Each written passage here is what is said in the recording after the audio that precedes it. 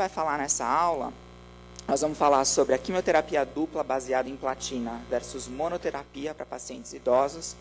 A gente vai comentar o estudo de carboplatina e o nab-paclitaxel, que é o Abraxane, versus carboplatina e Taxol. A gente vai falar do estudo Paramount, que é o estudo do pemetrexed de manutenção em pacientes que receberam primeira linha com cisplatina e pemetrexed.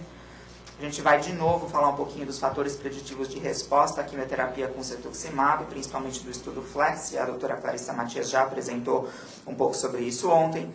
E depois nós vamos entrar na história dos inibidores de tirosina quinase na primeira linha para os tumores com mutação VEGF-R. A gente vai falar do estudo IPASS, o estudo do New England japonês, o IRTAC e o TORCH. Então vamos começar com a quimioterapia dupla baseada em platina versus monoterapia em pacientes idosos. E esse é um estudo que foi recentemente publicado no Lancet e, na verdade, ele mudou o paradigma de tratamento dos pacientes idosos com câncer de pulmão metastático. Foi um estudo randomizado de fase 3, liderado pelos franceses, e esse aqui é o esquema do estudo. Então, nesse estudo, os pacientes com estadio 3 ou 4 de pulmão, com idade superior a 70 anos, o corte era 89 anos, performance status de 0 a 2, eles foram randomizados para o braço controle, e o braço controle foi considerado ou navelbine como droga única, ou gencitabina como droga única. O centro podia escolher qual ia ser o padrão. E o braço experimental era carboplatina e paclitaxel semanal. Então aqui a gente tem as doses da quimioterapia. Então no braço experimental, que é a quimioterapia dupla com platina, a carboplatina era dada no D1 com AUC de 6 e o paclitaxel era dado a 90 mg por metro quadrado nos dias 1, 8 e 15. Isso era repetido a cada 28 dias. E aqui a gente tem as doses de navelbine e gencitabina, drogas únicas, não é combinação de navelbine e gencitabina. O endpoint primário desse estudo era sobrevida global, e esse estudo ele também recomendava que, na progressão, os pacientes nos dois grupos deveriam receber erlotinib de segunda linha. Então, essa aqui é uma tabela que mostra a característica dos pacientes. Eu não sei se dá para ler muito bem, mas, na verdade, o que eu queria chamar a atenção é que a grande maioria dos pacientes tinham performance status de 0 a 1. Então, 70% dos pacientes nos dois grupos tinham performance status de 0 a 1. E isso, na verdade, não surpreende muito, porque a gente sabe que o papel da quimioterapia em performance status 2, a gente, na verdade, não tem nenhum estudo muito grande olhando para o papel da quimioterapia em pacientes com mau performance status. Mas em performance status 0 e 1, a gente sabe que existe um papel importante, e os outros estudos que olharam para os pacientes idosos, na verdade, a maioria dos pacientes tinham performance status bom. E esse aqui, na verdade, são os resultados do estudo. Então, se a gente olhar aqui, essa é a sobrevida global, a curva de sobrevida global.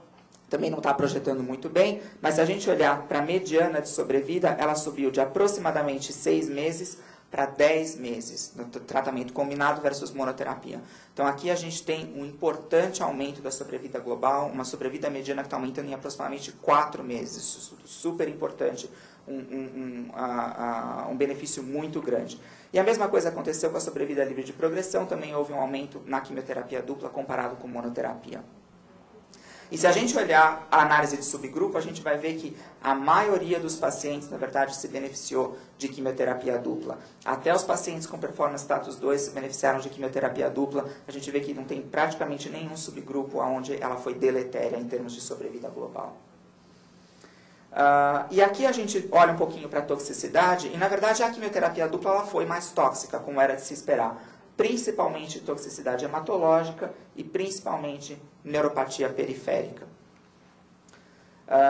E a gente também sabe que a quimioterapia dupla nesse estudo, ela aumentou a mortalidade por toxicidade. Então, se a gente olhar a mortalidade por toxicidade para a quimioterapia dupla, foi em torno de 4%, e na monoterapia foi em torno de 1%. Então, a gente sabe que a quimioterapia é mais tóxica, ela causa mais mortes, mas mesmo assim, houve um benefício importantíssimo da sobrevida global.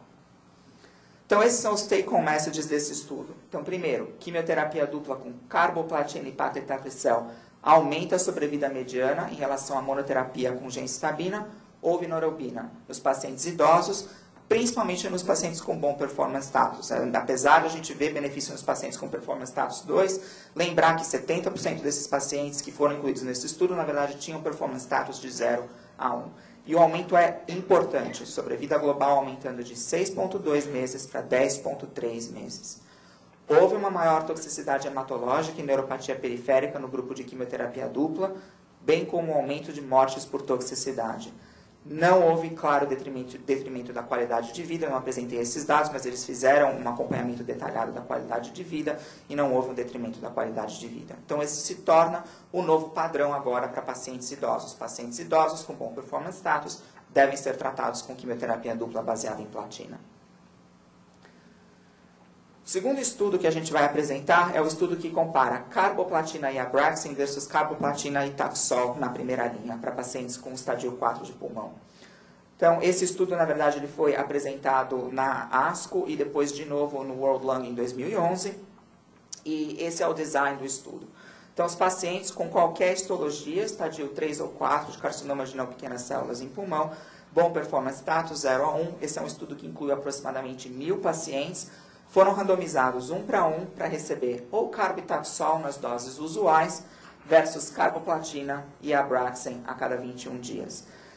O endpoint primário desse estudo, isso é bastante importante, o endpoint primário foi resposta, uma coisa que a gente não vê frequentemente hoje em dia, mas esse na verdade foi um estudo acordado com o FDA, um estudo que provavelmente vai levar à aprovação do Abraxane na primeira linha para câncer de pulmão, e o FDA concordou que resposta seria um endpoint adequado para esse estudo.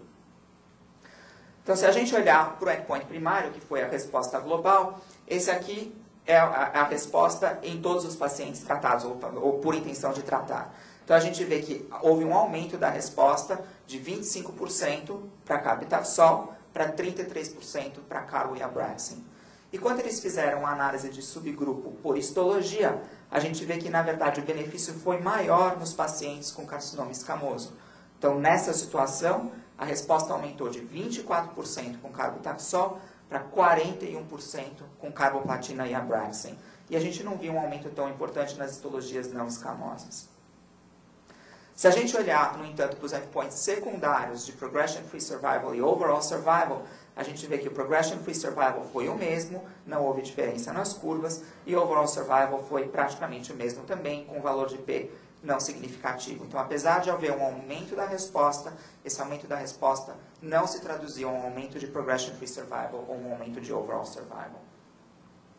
E aqui, quando a gente olha para a análise de subgrupo, a gente pode ver que talvez os pacientes com idade superior a 70 anos tenham se favorecido um pouco mais de carbo e Abraxane, talvez os pacientes com doença escamosa um pouquinho mais, mas na verdade não tem nenhum claro vencedor aqui em termos de sobrevida global.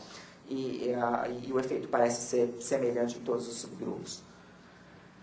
Com relação à toxicidade, existe um pouquinho de diferença de toxicidade. Então, aqui a gente vê que carbo-taxol tem uma taxa menor de trombocitopenia e anemia, e tem uma taxa maior de neutropenia.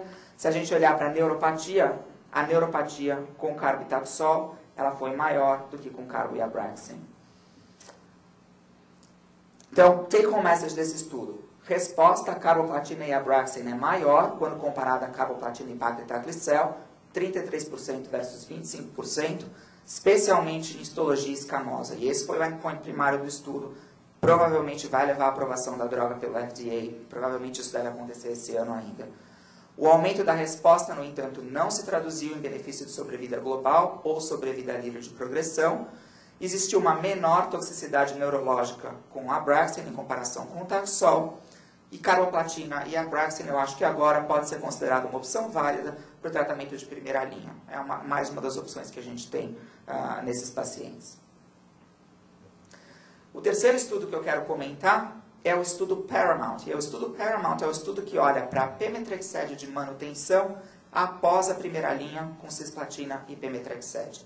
Então, esse estudo foi apresentado na ASCO desse ano e depois reapresentado no World Lung. E esse aqui é o desenho do estudo. Então, nesse estudo, os pacientes com histologia não escamosa de pulmão, com performance status de 0 ou 1, eles receberam 4 ciclos de cisplatina e alinta na primeira linha. E aí, os pacientes que tinham ou uma resposta ou doença estável, eles foram randomizados para receber placebo versus pemetrexed de manutenção até progressão de doença. Os pacientes que tiveram progressão de doença caíram fora do estudo. O endpoint primário desse estudo era Progression Free Survival, mas o estudo ele tem um poder adequado para avaliar sobrevida global também.